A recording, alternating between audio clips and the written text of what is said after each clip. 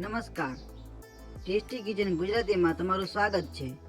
તો આજ આપણે બનાવીશું ગ્રેવી મંચુરિયન. તો મંચુરિયન બનાવવાની સામગ્રી આપણે જોઈ લઈશું. જેમાં ખમણેલી કોબી છે, પછી આ મેંદાનો લોટ છે, અને આ સૂકી ડુંગળી છે, આ મકાઈનો લોટ છે, આ લીલા ધાણા છે, આ લીલા મરચાંની ચીર છે, આ કટ કરેલા લીલા મરચાં છે, આ ખમણેલી કોબી છે વઘાર માટે, આ લીલી ડુંગળી છે, આ રેડ ચીલી સોસ છે, આ સોયા સોસ છે, આ ટમેટો સોસ છે, આ લાલ મરચું પાવડર છે, આ કાશ્મીરી લાલ મરચું છે, આ આદુ લસણની પેસ્ટ છે, અને આ સ્વાદ પ્રમાણે મીઠું છે. તો આ બધી જ વસ્તુમાંથી આપણે મંચુરિયનનો લોટ તૈયાર કરી લઈશું. જેમાં સૌ પ્રથમ આપણે કોબી લઈ લીધી છે ખમણેલી, પછી તેમાં સ્વાદ પ્રમાણે મીઠું નાખી દઈશું. પછી તેમાં લાલ મરચું પાવડર નાખી દઈશું.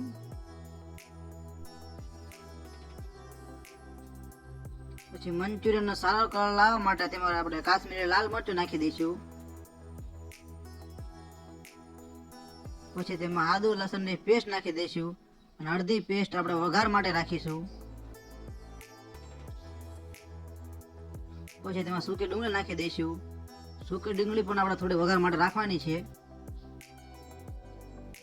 પછી તેમાં થોડીક લીલી ડુંગળી નાખી દઈશું. લીલી ડુંગળી પણ આપણે વઘાર માટે રાખવાની છે. પછી તેમાં કટ કરેલા લીલા મરચાં નાખી દઈશું. લીલા મરચાં પણ આપણે વઘાર માટે રાખીશું.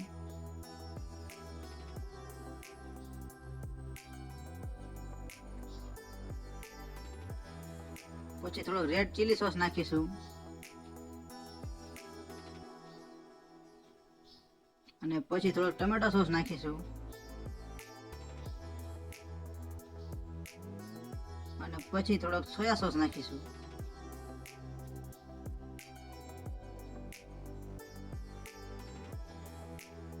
પછી આ બધી જ વસ્તુ નાખી દે પછી બધી વસ્તુને સારી રીતે મિક્સ કરીશું. તો આવી રીતના બધી વસ્તુ મિક્સ કરી લેવાની છે.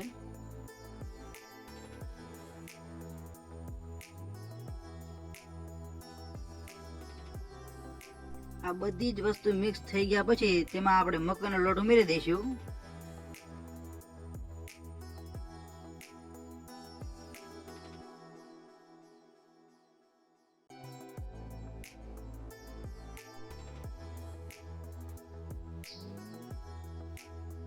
અને હવે આપણે આમાં મેંદાનો લોટ ઉમેરી લઈશું. મેંદાનો લોટ જેટલો જરૂર હોય તેટલો ઉમેરી લેવાનો છે. તો આ લોટને સારી રીતે મસળી લઈશું. જો તમને એવું લાગે કે આપણો લોટ થોડોક ઢીલો છે તો તેમાં મેંદાનો લોટ ઉમેરી લેવાનો છે.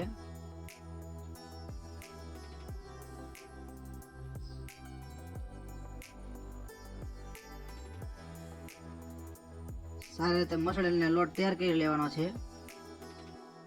તો આપણો મંચુરિયનનો લોટ અહીંયા તૈયાર થઈ ગયો છે. જેમાંથી આપણે નાની નાની ગોળીઓ તૈયાર કરી લઈશું. તો આવી રીતના નાની નાની ગોળીઓ તૈયાર કરી લેવાની છે.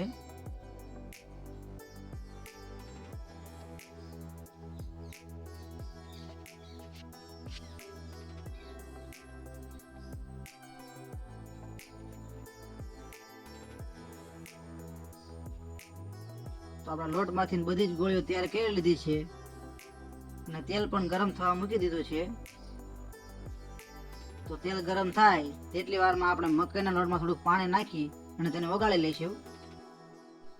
જો તમને આ વિડીયો પસંદ આવે તો એક લાઈક કરજો, અને અમારી ચેનલને જરૂરથી સબસ્ક્રાઈબ કરજો.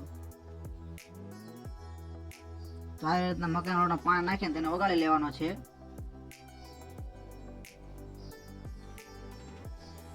અને આપણું તેલ પણ ગરમ થઈ ગયું છે, જેમાં આપણે વારા ફરતી ગોળીઓ નાખીને તળી લઈશું.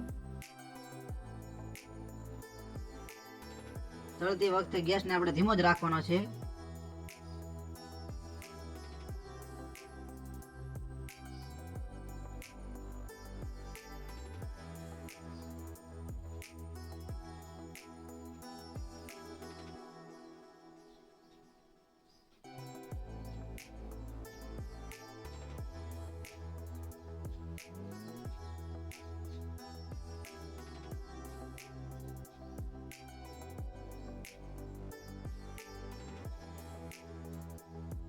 તો આવી રીતના બધી ગોળીઓ હવળે હવળે તળી લેવાની છે.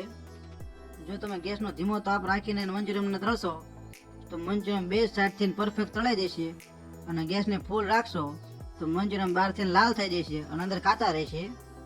એટલે ગેસને ધીમા તાપે જ મંચુરિયન તળવા.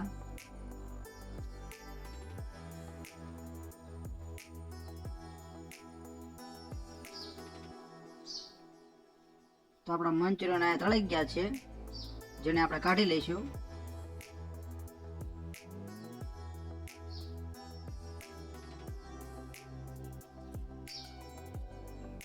તો આપણા પરફેક્ટ મંચુરિયન તળાઈ ગયા છે. બધા મંચુરિયન આપણે આવી રીતના તળી લીધેલા છે.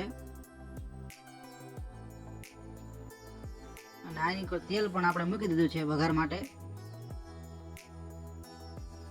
તો આપણું તેલ પણ ગરમ થઈ ગયું છે, જેમાં સૌ પ્રથમ આપણે સૂકી ડુંગળી નાખી દઈશું.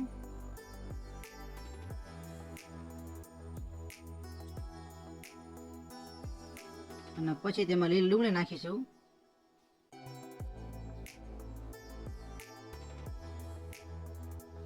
અને ધીમે ધીમે હલાવતા રહીશું. પછી તેમાં આદુ લસણની પેસ્ટ નાખી દઈશું.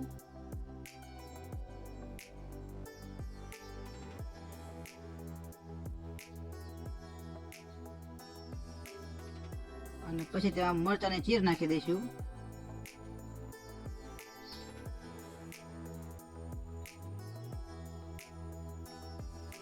ધીમે ધીમે હલાવતા રહીશું. પછી તેમાં લીલા મરચાં નાખી દઈશું કટ કરેલા.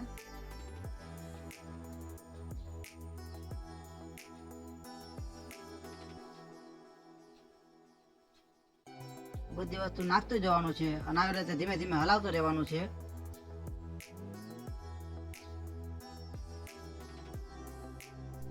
પછી આ બધા જ વેજીટેબલને થોડાક સાતળી લેવાના છે.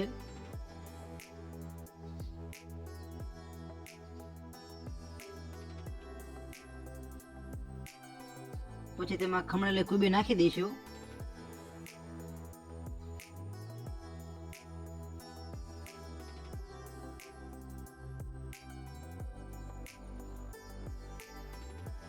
પછી તેમાં સોયા સોસ નાખી દઈશું. પછી રેડ ચીલી સોસ નાખી દઈશું.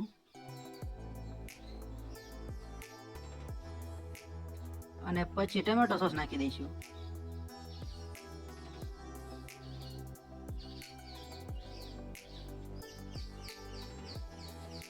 અને પછી તેમાં સ્વાદ પ્રમાણે મીઠું નાખી દઈશું.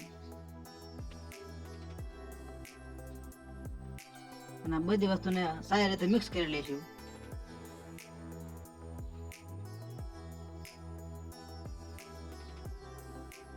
અને પછી આમાં પાણી ઉમેરી લઈશું. આપણે પાણી થોડુંક જ ઉમેરવાનું છે. અને જો તમારે વધારે રસાવાળા મંચુરિયન કરવા હોય તો પાણી વધારે ઉમેરી લેવાનું. આ ઉકળી ગયા પછી તેમાં મકાઈના લોટનું પાણી નાખી દેવાનું છે.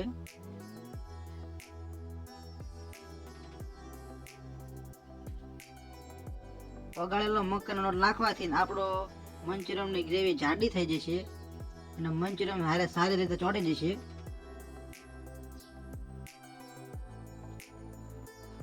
અને હવે એમાં આપણે મંચુરિયન ઉમેરી દઈશું.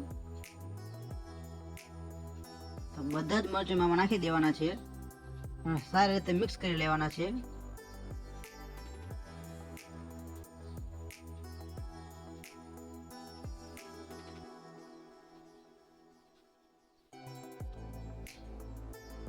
ગેસને સાવ ધીમો જ રાખવાનો છે.